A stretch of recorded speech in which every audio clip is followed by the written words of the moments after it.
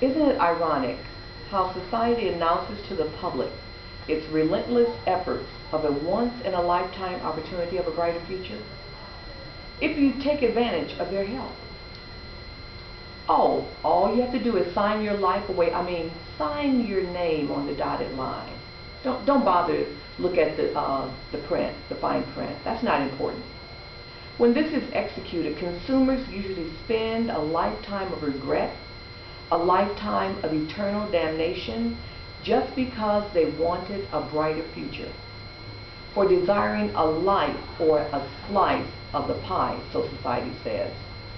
We are punished and portrayed as the culprit freeloader, not wanting to accept responsibility. Well, this is pretty much about me and loan institutions in which I had to receive in order to finish my education. I went to school to get my bachelor's degree. Before I finished, it was necessary that I get a loan because monies only are offered to undergrad students for 4 years. After I received my BA degree, it became knowledgeable to me that the bachelor's degree weighed the same as a high school diploma, which forced me to go back to school to get a master's. The institution in which I was attending did not offer the area that I wanted, so I had to get my master's degree in education.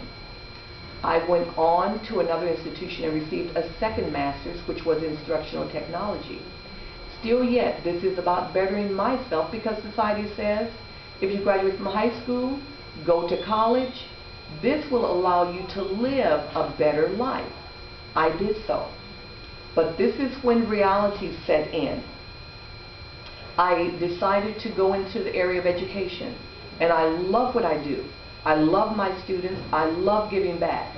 I can honestly say that when I leave my job every day, I feel good if I have reached 1, 2, 3 students. Now, although the area of education is not one of the highest paid jobs, but we educate the doctors, the lawyers, the politicians, but we are the lowest paid on the scale and underappreciated. The lending institutions are usually given through the banks a low rate of interest, and then upon it being given to us, it starts off at 8%. During the time in which I was in school, I was going through personal problems. Everything you could name, it happened. I was actually attending college and wound up being homeless. And I know you're wondering, how did that happen? I lost my job of no fault of my own, lost my car, lost my apartment, and other things had happened. So at that point in time, I could not think about paying anything back because I didn't have it. As time went on, I was able to get a job. I made agreement with 2 lending institutions to go into what is known as a rehabilitation program. The rehabilitation program is where you enter an agreement, you pay a certain amount for 9 months, and after that 9 months, your fee drops. One particular lending institution, USA Funds, they did not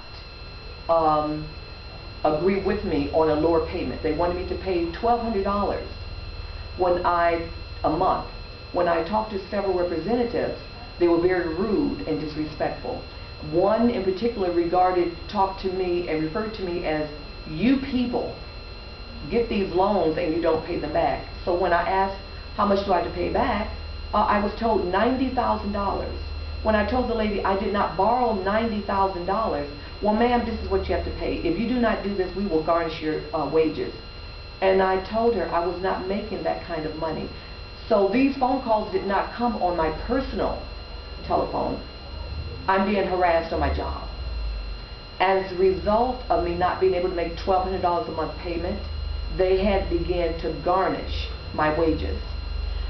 I'm pretty much pleading to those that are in the field, whether you're in the field of education or whatever you're going to school for, be careful of your borrowing money, because when it comes back at you, your life will be turned upside down and inside out.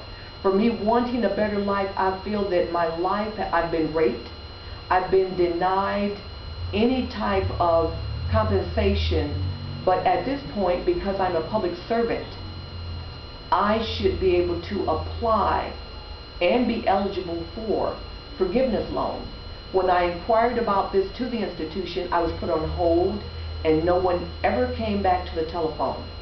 And when you are eligible for a forgiveness loan, whether you're a public servant in the field of urban education, whether you are in law enforcement or in the government, you do qualify for this. This is a law.